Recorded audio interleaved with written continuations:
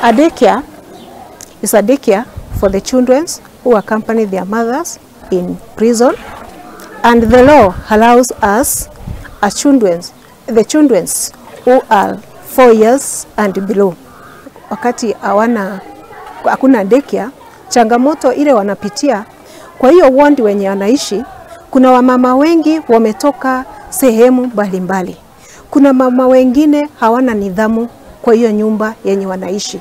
Kwa hivyo hao watoto wanaweza kutoka hapo na tabia zenye ambaye sio mzuri.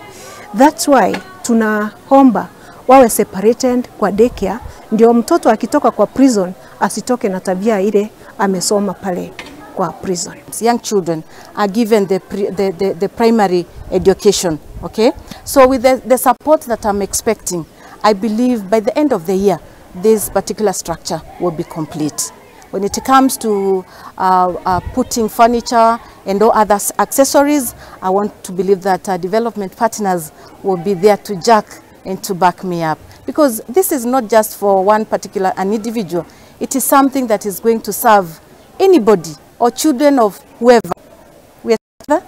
I even want to believe that children from the neighborhood, okay, save that this is you know what it is. It's a prison where not really everybody can be accommodated in. But I want to believe that children are innocent. Children are harmless.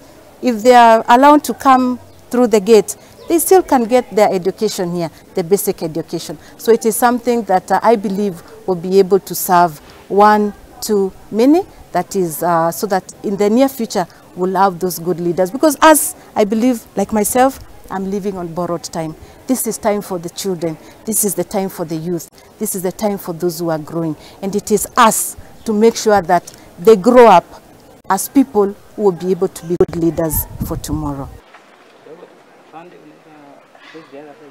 Oh. So maybe you can put another one, then